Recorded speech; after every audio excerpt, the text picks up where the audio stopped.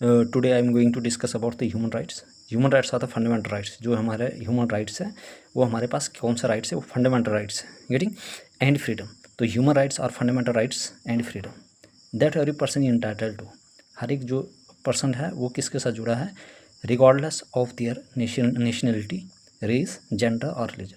चाहे कोई भी इंसान, उसकी नेशनलिटी क्या है, चाहे रेस क्या है, जेंडर क्या है, रिलीजन क्या है, लेकिन हर बंदे को उसका अपना ह्यूमन राइट मिलता है। और जो ह्यूमन राइट्स है वही फंडामेंटल राइट्स है, getting, and freedom. I hope everybody clear this important points, getting. अब human rights are the basic rights. जो ह्यूमन राइट्स है वो क्या है, एक बेसिक राइट्स है, getting, that belongs to all the people in the world from birth until death. Human rights एक basic rights है, जब हमारे जन्म होता है तब से लेकर मरने तक, मर के जब तक डेथ होती है तब तक ये बेसिक राइट हमें मिलते हैं, गेटिंग। तो human rights are basic rights and freedom that belong to all people in the world from birth until death. Some of the important human rights include, बहुत सारे हमारे पास ह्यूमन राइट्स है जिसमें क्या क्या इंक्लूड है, ठीक है। बहुत सारे हमारे पास क्या है, ह्यूमन राइट्स है, और उसमें क्या क्या इंक्लूड है, getting. The right to life, पहला हमारे पास उसमें क्या इंक्लूड है, राइट टू लाइफ, मतलब कि हर बंदे को हक है जीने का, गेटिंग। नेक्स्ट है the right to freedom from torture and cruel, मतलब कि कोई भी इंसान मतलब कि किसी को टॉर्चर करता है या मतलब कि किसी के साथ जालम वाले हरकत करता, गलत हरकत करता है, ठीक है, तो हर बंदे को हक है कि गेटिंग उससे क्या मिले, उनको छूट मिले, मतलब कि उनसे आज़ादी मिले। इन ह्यूमन और डिग्रेडिंग ट्रीटमेंट और पुनिशमेंट, या किसी को भी मतलब कि जो भी पुनिशमेंट दी जाती है, ठीक है, गेटिंग, तो हर बंदे को क्या है, हक है अपने राइट के लिए।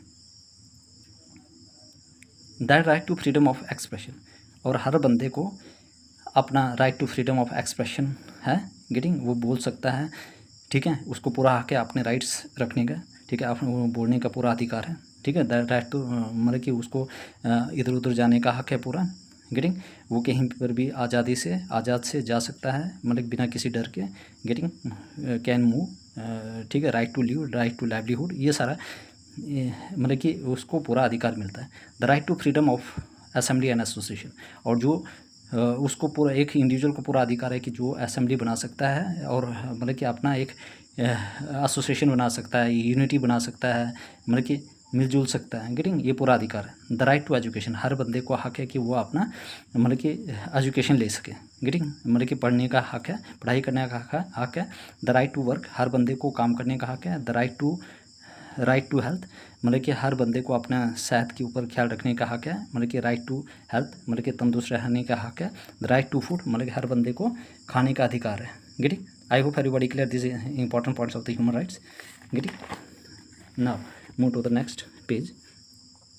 द राइट टू हाउसिंग, मतलब कि हर बंदे को अपने घर में रहने का अधिकार है। The right to an adequate standard of living, right to housing, right to an adequate standard of living, हर बंदे को अपना मतलब कि स्टैंडर्ड ऑफ लिविंग का हक है कि ताकि वो एक अच्छे अपनी ज़िंदगी जी सके।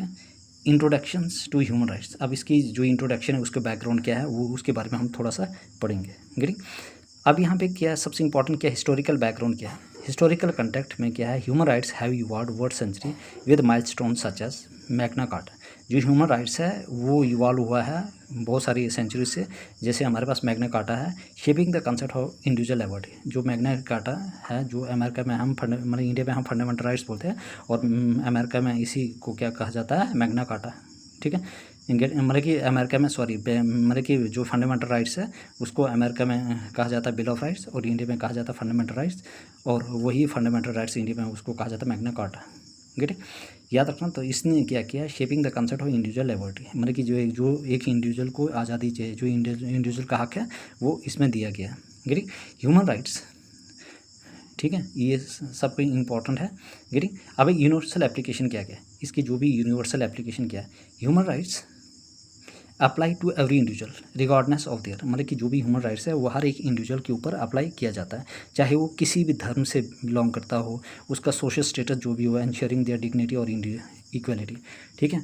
तो जो भी ये वाला है human rights apply to every individual, ठीक है। Human rights are applicable to every individual regardless of their social status ensuring their dignity और इंडिविजुअल। तो जो भी हमारे पास ह्यूमन राइट्स है ये applicable to apply to every individual whether he और she belongs to every social status, ठीक है, डिग्निटी और इक्वलिटी, गेटिंग, चाहे वो उसकी डिग्निटी क्या है और उसकी इक्वलिटी क्या है, हर बंदे के ऊपर ये ह्यूमन राइट्स अप्लाई होता है। गेटिंग, यूनिवर्सल एप्लीकेशन है इसका। गेटिंग, अब उसके बाद इंटर कनेक्टेडनेस। ठीक है, इंटरकनेक्टेडनेस में क्या होता है, human rights are interconnected with the violation of one right often lead to the violation of other rights. अगर हमारे पास ह्यूमन राइट्स में क्या होता है, अगर एक राइट्स वायलेट हो जाता है तो दूसरे जो राइट्स भी है उसके साथ इंटरकनेक्टेड होता है, वो भी वायलेट्स हो जाता है सिमिलरली। ठीक है, fundamental principle, human rights are based on principle. जो ह्यूमन राइट्स है वो किसके ऊपर मतलब कि निर्धारित है, principle such as universality, individuality and alienability. ठीक है, समझ गए ना, मतलब यूनिवर्सलिटी पे आधार है, इंडिविजुअलिटी पे आधार है और इन एलिएनेबिलिटी पे आधार पे है। किस किस के आधार पे है, किसके ऊपर आधार है, ये fundamental principles. Fundamental human rights are based on principle such as universality. ठीक है, मतलब कि सब कुछ चीज़ें जो यूनिवर्सल, मतलब कि हर एक जो राइट्स है वो हर एक इंडिविजुअल के ऊपर अप्लाई होगा। ठीक है, इंडिविजुअलिटी, ठीक है, एंड एलिनेशन, ठीक है, अलाइन ये एबिलिटी। ठीक है, और कौन सा है हमारे पास, inalienability. Getting, now move to the next page. Human rights are inherit. अब इनहेरिट मतलब जो भी ह्यूमन राइट्स है वो क्या है, ये हमारे पास इनहेरिट है।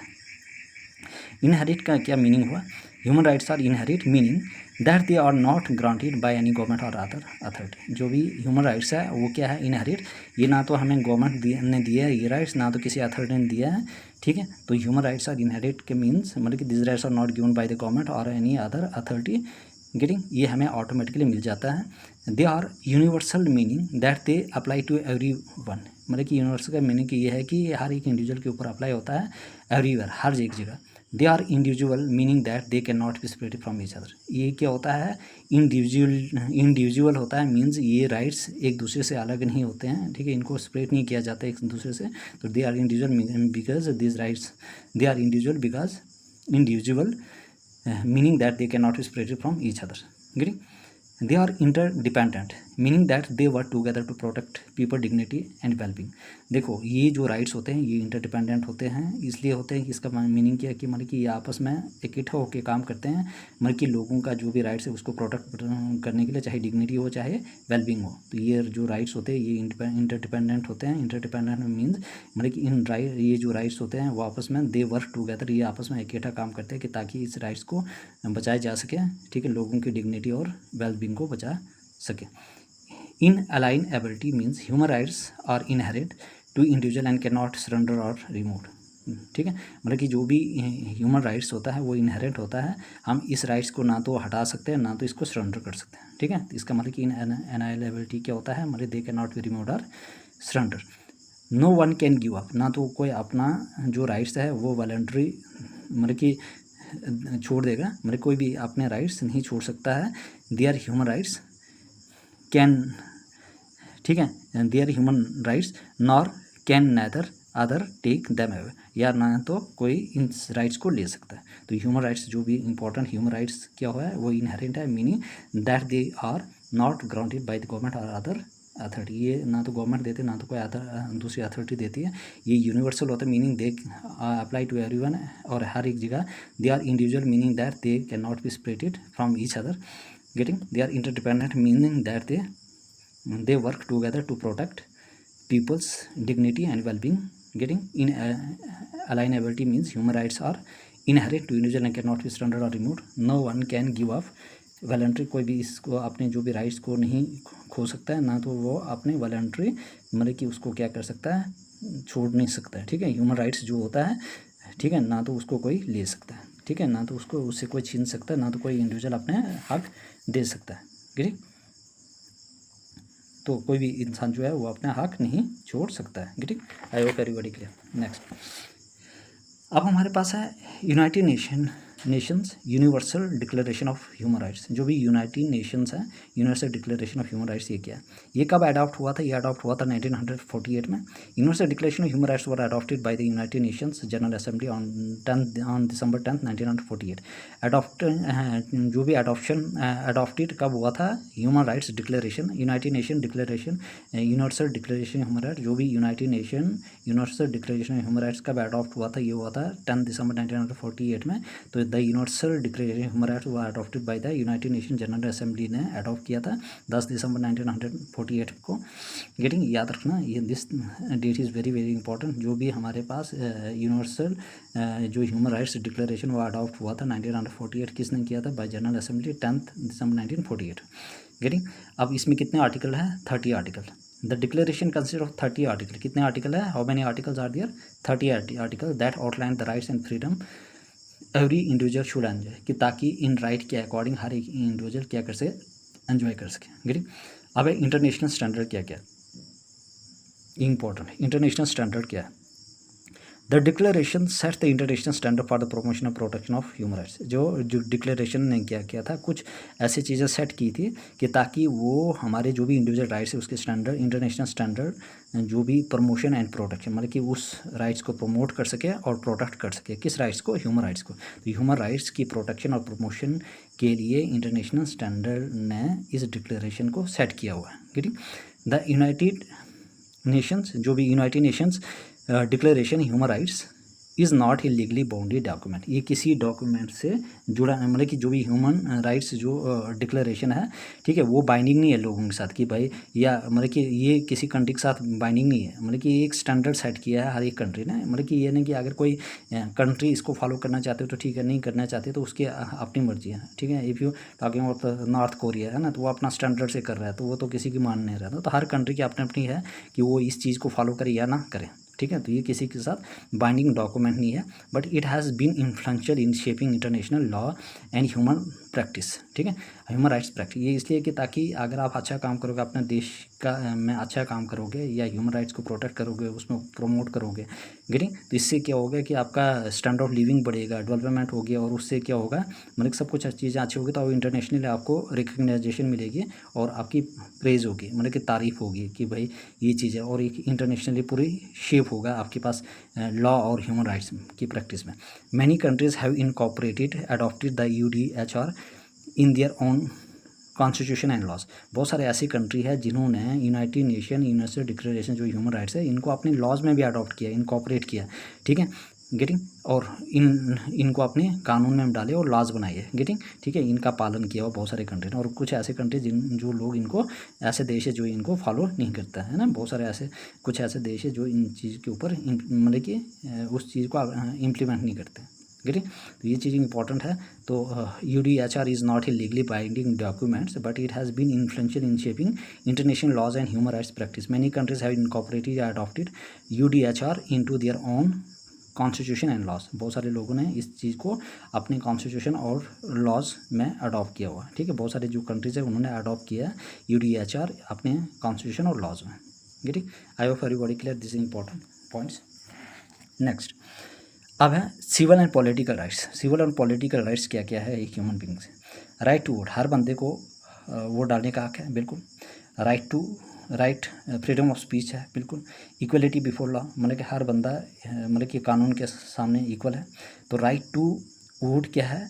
Ensure the right to participate in democratic process and choose representative. मतलब हर बंदे को हक है कि वो जो भी डेमोक्रेसी प्रोसेस में, मतलब कि हर बंदे को हक है कि वो पार्टिसिपेट करें डेमोक्रेटिक प्रोसेस में और अपने रिप्रेजेंटेटिव को चूज़ कर सके by the process of election.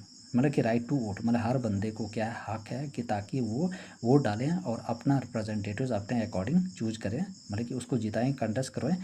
ठीक है, तो हर बंदे को राइट टू वोट का हक है। ठीक है, तो हर बंदा जो भी 18 ईयर्स से एबो है, ठीक है, हर बंदे को हक है कि वो अपने वोट डालें और या अपने रिप्रेजेंटेटिव को चुनें। गेटिंग, तो ensure the right to participate in the democratic process. हर बंदे को हक है कि ताकि वो डेमोक्रेटिक प्रोसेस में पार्टिसिपेट करें और अपने रिप्रेजेंटेटिव चूज करें। ठीक है, फ्रीडम ऑफ स्पीच, हर बंदे को अपना विचार रखने का हक है। ठीक है, include the right to express opinion and ideas without fear of censorship और प्रोसिक्यूशन। ठीक है, हर बंदे को अपना विचार रखने का हक है, अपने राय देने का हक है, अपने आइडियाज़ एक्सप्रेस करने का हक है बिना किसी डर और किसी के दबाव से। गेटिंग, इक्वलिटी बिफोर लॉ, हर बंदा मतलब कि लॉ के सामने बिल्कुल इक्वल है। Guarantee equal treatment under the law. देखो इसमें क्या होता है कि जो इक्वलिटी बिफोर आर्टिकल 14 ये बोलता है कि हर बंदा जो भी है मतलब कि वो लॉ के सामने इक्वल है। गेटिंग, तो गारंटी देता है आर्टिकल 14 ठीक है, इरेस्पेक्टिव चाहे उसका रेस क्या है, जेंडर क्या है, या उसकी क्या क्या खासियत है, उस पर डिपेंड नहीं करता, लेकिन राइट टू इक्वलिटी है जो है वो आर्टिकल 14 ये भी हमारे पास ह्यूमन राइट्स में आता है। Great, I hope everybody clear. Next, अब हमारे पास है economic, social and culture rights. Economic, social और कल्चर राइट्स क्या क्या है, कौन कौन से economic, social and cultural rights क्या क्या है, ये चीज़ इंपॉर्टेंट है। राइट टू वर्क, ठीक है, तो आपके पास economic, social and culture rights क्या है, चाहे इकोनॉमिक हो चाहे सोशल और कल्चर राइट्स हो। राइट टू वर्क मतलब हर बंदे को हक है कि वो अपना काम कर सके, अपना कारोबार खोल सके, बिल्कुल। राइट टू एजुकेशन, हर बंदे को अपना हक है, हर बंदे को हक है कि ताकि वो एजुकेट हो सके, अपनी एजुकेशन कर पाए, बिल्कुल। राइट टू हेल्थ मतलब कि हर बंदे को है कि अपने वो मतलब कि सेहत ठीक रख सके, मतलब उसके ऊपर ध्यान दे सके, ठीक है। राइट टू वर्क, हर बंदे को अपना काम करने का हक है। इसमें क्या क्या ये 3 किस्म के होते हैं, social, economic and culture rights ज़्यादा generally. Right to work, right to education and right to health. Right to work means क्या होता है, right the include the right to fair work condition, just wages and freedom to choose one proportion. हर बंदे को हक है कि वो दिहाड़ी पे या सैलरी के ऊपर काम करें, गेटिंग मतलब कि उनको अच्छी वेजेस मिले, ठीक है, और उनको अपनी पूरा आज़ादी हो कि ताकि वो अपना कोई भी प्रोफेशन चूज कर पाएँ, ठीक है। तो हर बंदे को काम करने का हक है, अपने जॉब करने का हक है, वो उसके अकॉर्डिंग होगा कि जो प्रोफेशन वो चूज करना चाहता है, getting. Right to education, ensure access to quality education without discrimination, for fostering personal development and social program. अब यहाँ पे भी क्या है, सबसे इंपॉर्टेंट है कि राइट टू एजुकेशन, हर बंदे को पढ़ने लिखने का हक है, वो अपने अकॉर्डिंग क्या है उसको मतलब कि क्वालिटी एजुकेशन दे सकता है, किसी बिना किसी डिस्क्रिमिनेशन के, ठीक है। राइट टू हेल्थ, हर बंदे को अपने साथ मतलब कि हर एक हेल्थ सर्विस लेने का पूरा हक है, ठीक है, चाहे वो मेडिसिन हो, चाहे अलग अलग चीज़ें हो, चाहे डाइट हो, चाहे न्यूट्रिशनल डाइट्स हो, ठीक। तो granted the right to accessible health care services, जो भी हेल्थ केयर सर्विसेज है वो आराम से उसको पूरा हक है कि ताकि वो उसका एक्सेस ले सके, ठीक है। And the highest attainment standard of physical and mental health, और जो भी हाईएस्ट अटेनमेंट स्टैंडर्ड है, चाहे फिजिकल हो मेंटल हेल्थ है, वो भी चीज़ें क्या कर सके, उसको एक्वायर कर सके, ठीक। तो उनके ऊपर भी वो चीज़ों में क्या कर रहे हैं, उनको भी अटेंड कर पाएँ, ठीक है। Higher standard of physical and mental health, I hope very clear. Right to work, right to education, right to health, this are the economic, social and cultural rights. Next, collective human rights. अब collective human rights क्या है, this are the very important human rights. Collective human rights क्या है, freedom of association क्या होता है, हर बंदा जो है वो क्या होता है, ग्रुप बना सकता है, ठीक है। हर बंदे मतलब कि आपके पास फ्रीडम ऑफ एसोसिएशन मतलब कि फ्रीडम ऑफ एसोसिएशन बनाने का हक है। राइट टू पीसफुल असेंबली मतलब कि हर बंदा इकट्ठा हो सकता है शांति से, ठीक है, बिना किसी आर्म एंड एम्यूनेशन के, ठीक है, बिना किसी प्रोटेस्ट के, ठीक है, गेटिंग। तो फ्रीडम ऑफ एसोसिएशन, हर बंदे को हक है कि वो अपने एसोसिएशन बना सकता है, ठीक है, उसको पूरी आज़ादी है कि ताकि उसको आलो किया जाए। आलो इंडिविजुअल टू ज्वाइन मतलब कि एक इंडिविजुअल है उसको क्या किया जाए, ज्वाइन किया जाए। Freedom of association, allow individual to join मतलब कि एक इंडिविजुअल है उसको पूरा मतलब आज्ञा दिया जाए, मतलब कि उसको आलो किया जाए कि भाई वो ज्वाइन कर सके ग्रुप्स को, यूनियन को या ऑर्गेनाइजेशन को। To collectively express their views and defend their interest, अपनी व्यूज़ को एक्सप्रेस कर सके, अपने जो भी इंटरेस्ट है उसको डिफेंड कर सके, ठीक।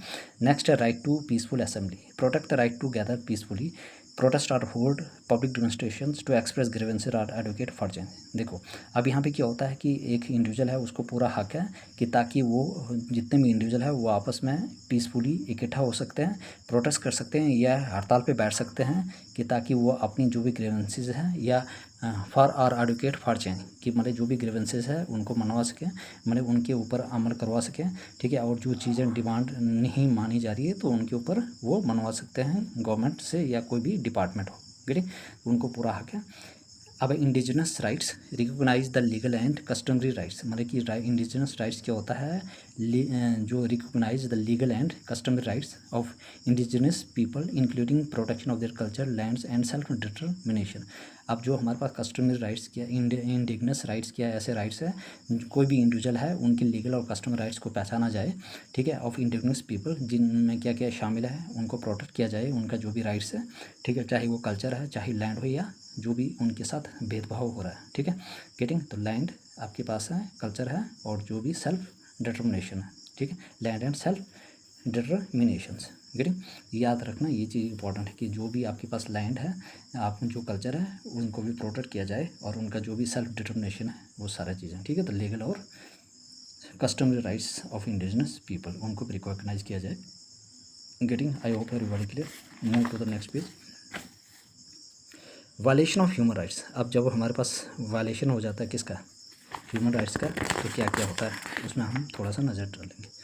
Getting violation of human rights क्या होता है, टॉर्चर एंड क्रूअल ट्रीटमेंट। अगर किसी को मतलब कि बहुत ही टॉर्चर कर रहे हैं या उसके साथ बहुत ही बुरा व्यवहार हो रहा है, ठीक है, तो इसमें क्या हो गया, violation such as torture, arbitrary detention, मतलब किसी को पकड़ के सीधा अरेस्ट कर दिया, ठीक है, डिग्रेडेटिंग ट्रीटमेंट, अंडरमाइन ह्यूमन डिग्निटी और ऑल स्ट्रिक्टली प्रोहिबिटेड, मतलब कि उसके ऊपर क्या हो जाएगा, बहुत ही मतलब कि स्ट्रिक्ट एक्शन लिया जाएगा, वो बहुत ही मतलब कि मतलब स्ट्रिक्टली प्रोहिबिटेड है। गेटिंग, तो वायलेशन सच एज टॉर्चर, अगर किसी को टॉर्चर किया जाता है या आर्बिट्री डिटेंशन है या डिग्रेडिंग ट्रीटमेंट है, अंडरमाइन ह्यूमन डिग्निटी और strictly prohibited. Discrimination and prejudice, discrimination base मतलब कि कोई भी आप भेदभाव हो रहा है किसके बेस पे, चाहे रेस हो, चाहे जेंडर हो, चाहे रिलीजन हो, चाहे किसी नस्ल के, चाहे जेंडर के, चाहे रिलीजन के बेस पर या अदर फैक्टर परपिचुएट, ठीक है, perpetuate inequality and violates human rights, ठीक है, कि ताकि जो भी ह्यूमन राइट्स का अगर वायलेशन है, इनइक्वलिटी हो रही है, ठीक है, तो उसको ऊपर भी क्या है, पूरा हक है, ठीक है, उस चीज़ को भी प्रोटेक्ट करने का। तो discrimination and prejudice means discrimination base मतलब किसके बेस पे आगे जो डिस्क्रिमिनेशन हो, चाहे रेस हो, चाहे कास्ट हो, चाहे रिलीजन हो, या रिलीजन हो और other factor perpetuates inequality and violates human rights. अब है वायलेंस एंड कन्फ्लिक्ट। अब जो वायलेंस और कन्फ्लिक्ट किया, war, conflict and violence cause immense human suffering and often result in widespread human rights abuses. अब जब भी वायलेंस होता है या कन्फ्लिक्ट हो जाता है, वार मतलब किस टाइम होता है वायलेंस और कन्फ्लिक्ट, जब वार हो जाती है या मतलब कि कन्फ्लिक्ट हो जाता है, आपस में लड़ाई झगड़ा हो जाता है, ठीक है, एंड वायलेंस कॉज हो जाता है जिससे, तो इससे क्या होता है कि जो भी ह्यूमन बींग्स है उसके ऊपर बहुत ही प्रभाव पड़ता है, ठीक है, तो often result in widespread human rights abuse, और जिससे क्या होता है जो भी ह्यूमन राइट्स होते हैं वो छीने जाते हैं और उसके ऊपर बहुत ही नुकसान होता है। गेटिंग, तो ये आगे violation of human rights, I hope everybody clear. Getting, this important points of the human rights. Getting, this is the part first. अब इसको कैसे हमने प्रोटेक्ट, प्रमोट और प्रोटेक्ट करने हैं, तो effort to protect, promote and protect human rights, मतलब हम इसके ऊपर क्या क्या एफर्ट डालेंगे ताकि हम प्रोटेक्ट और प्रमोट कर सकें ह्यूमन राइट्स को। आर ऑनगोइंग थ्रू एडुकेसी, मतलब कि हम मतलब लोगों को अवेयर कर सकें, लीगल फ्रेमवर्क किसी लीगल तरीके से, इंटरनेशनल ऑर्गेनाइजेशन के जरिए, सिविल सोसाइटी इनिशिएटिव्स, अगर सिविल सोसाइटी में जाके एक इनिशिएटिव लेकर उनको समझाए कि क्या क्या राइट्स है, क्या क्या नहीं है, ठीक है, उनके ऊपर हम काम करें। The protection of human rights is considered a fundamental aspect of A just and human society एंशन in the law and values of many countries around the world. अब हम जो भी हमने क्या करना है, प्रोटेक्शन करनी ह्यूमन राइट्स है, ये हमारे पास फंडामेंटल एस्पेक्ट है किसका, एक ह्यूमन सोसाइटी का, और जिससे हम लॉज और वैल्यूज़ की कदर कर सकें पूरे अराउंड द वर्ल्ड में, ठीक है। Call to action to promote and protect human right. अब हम किस तरह से प्रमोट और प्रोटेक्ट कर सकें ह्यूमन राइट्स को, advocacy means raise awareness amount human rights issues and educate for public changes to promote and protect human rights, मतलब कि पब्लिक डिबेट्स करके पब्लिक के बीच में जाके, ठीक है, ये आवाज़ उठाएं कि भाई ह्यूमन राइट्स की क्या की इश्यूज़ है, इनको किस तरह से मतलब ऐसे पॉलिसी जो इस चीज़ को एडवोकेट कर सकें ताकि हमारी ह्यूमन राइट्स है उसको प्रमोट और प्रोटेक्ट किया जाए। एजुकेशन के जरिए empower individual with knowledge about their rights and encourage respect for the rights of other. देखो, अब जो भी एजुकेशन के थ्रू हम क्या करें, उन लोगों को समझाया जाए, उनको सिखाया जाए कि भाई एक इंडिविजुअल को हम एम्पावर कर सकें कि भाई उसके अंदर एक नॉलेज डालें किसके बारे में, कि मतलब एक ज्ञान डालें उसके माइंड में, कि ताकि हमारे राइट्स के बारे में उनको जानकारी दें और उनको एनकरेज करें कि भाई दूसरे लोगों के भी जो राइट्स हैं, ठीक है, उनकी आप किस तरह से रेस्पेक्ट करेंगे, ठीक है, याद रखना। तो राइट्स के बारे में जानें क्या क्या आप लोग, मतलब कि एक ह्यूमन बींग्स के राइट्स है, ठीक है, और दूसरों के भी जो राइट्स है वो क्या है, अब हमें अपने राइट्स और दूसरे राइट्स के का भी रेस्पेक्ट करना आना चाहिए, ठीक है। तो एजुकेशन के थ्रू ही ये चीज़ें हम उन लोगों को नॉलेज दे सकते हैं। ठीक, next one is collaboration, work together with government organization. अगर कोलैबोरेशन के जरिए से अगर आप गवर्नमेंट ऑर्गेनाइजेशन के साथ काम कर रहे हैं, individual to address human rights violation and create a more just society. अब इससे क्या होता है कि जब आप गवर्नमेंट के ऑर्गेनाइजेशन के साथ काम कर रहे हो या इंडिविजुअल, जो आप ह्यूमन राइट्स को एड्रेस कर सकते हैं, violation and create a more just society, कि भाई क्या क्या वायलेशन होता है, मतलब क्या वायलेशन क्यों होता है, उसकी क्या क्या उससे क्या क्या इफेक्ट पड़ेगा, ठीक है, और ह्यूमन राइट्स को किस तरह से प्रोटेक्ट और प्रमोट करना है। तो इससे भी एक सोसाइटी में अवेयरनेस पैदा होगी और लोग अपने राइट्स के बारे में जानेंगे कि भाई हमारे लिए कौन क्या राइट्स है, ठीक है, और क्या राइट्स नहीं है, और कौन से हमारे पास फंडामेंटल राइट्स है, ठीक है, जिनको हम वायलेट नहीं कर सकते हैं, जो हमारे और जो भी ये राइट्स है ये कोई काउंसिल मतलब कि किसी ने नहीं दिए, ना गवर्नमेंट ने दिया, ना किसी ऑर्गेनाइजेशन दिया है, ये खुद के राइट्स है, ठीक है। और इसलिए इन राइट्स को कौन प्रोटेक्ट करता है? सुप्रीम कोर्ट ऑफ इंडिया, ठीक है, इनको डिफेंड करता है। और अगर कोई भी हमारे फंडामेंटल राइट्स या है ना अगर वायलेट करता तो ठीक है सुप्रीम कोर्ट उसको प्रोटेक्ट करता है। और ह्यूमन राइट्स भी एक किस्म का एक फंडामेंटल राइट्स है, ठीक है, जो मैग्ना कार्टा से फंडामेंटल राइट्स जो हमारी इंडिया में जिनको मैग्ना कार्टा ऑफ इंडिया कहा जाता है, ठीक है। तो this are the important points, this is the first part of the human rights. और इसी तरह से हमारे पास दो तीन पार्ट और आ जाएंगे और इसी में पूरा ह्यूमन राइट्स कंप्लीट हो जाएगा। आई hope everybody clear. Please subscribe my channel getting. अगर मैं आप लोगों के लिए इतने लेक्चर बना रहा हूँ, ये चीज़ें शॉर्ट डाल रहा हूँ, ठीक है, आप लोगों का एक लाइक्स मतलब लाइक एक सब्सक्राइब करने से क्या हो जाएगा गेटिंग। तो सब्सक्राइब कीजिए प्लीज़। अगर आप लोग देख रहे हो तो सब्सक्राइब करने से क्या हो जाएगा, आपका कोई मनी तो लग रहा है गेटिंग। तो इससे मुझे भी एक मोटिवेशन मिलता है कि ताकि मैं आपके लिए ये चीज़ें लेकर आऊँ, ठीक है गेटिंग। तो please subscribe my channel getting. तो आई होप एक सब्सक्राइब करने से कुछ नहीं होगा getting. I hope everybody clear.